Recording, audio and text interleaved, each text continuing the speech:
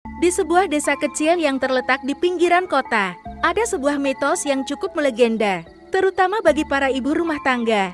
Jangan pernah membawa payung masuk ke dalam rumah. Mitos ini sudah ada sejak dulu, diwariskan dari generasi ke generasi. Namun banyak yang tak tahu asal-usulnya. Namun, mereka semua sepakat, itu adalah larangan yang sangat penting.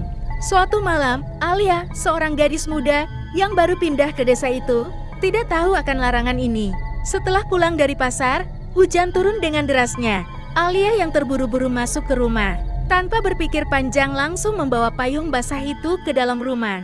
Ia menggantung payung tersebut di depan pintu. Sejak malam itu, segala hal aneh mulai terjadi. Setiap malam, Alia merasa ada suara berdesir di sekitar rumahnya.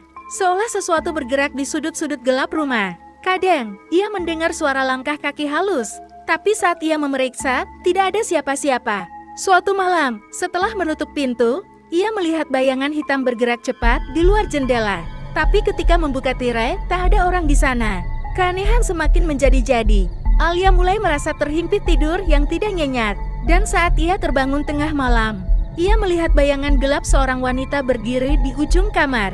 Wajahnya pucat, matanya kosong dan penuh dendam. Alia yang takut akhirnya bertanya pada tetangga-tetangganya tentang kejadian ini.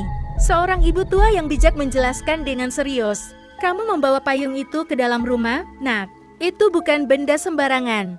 Di desa ini ada larangan lama. Payung yang masuk ke dalam rumah akan membawa roh penasaran. Dan roh itu akan mencari jalan keluar melalui siapapun yang membawa payung itu." Esok harinya, Alia memutuskan untuk membuang payung yang ia bawa ke dalam rumah itu. Namun, keanehan tidak berhenti. Pada malam hari, ia terbangun dengan perasaan sangat berat di dadanya. Dan tiba-tiba bayangan itu muncul lagi di depan pintu kamar, lebih dekat dari sebelumnya.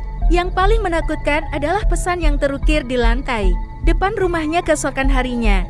"Kamu belum mengembalikannya." Sejak itu, Alia selalu memastikan bahwa payung tidak pernah masuk ke rumahnya, meskipun hujan deras sekalipun. Dan seperti orang-orang di desa itu, ia tahu satu hal pasti, ada sesuatu yang mengikuti setiap payung yang dibawa masuk ke dalam rumah.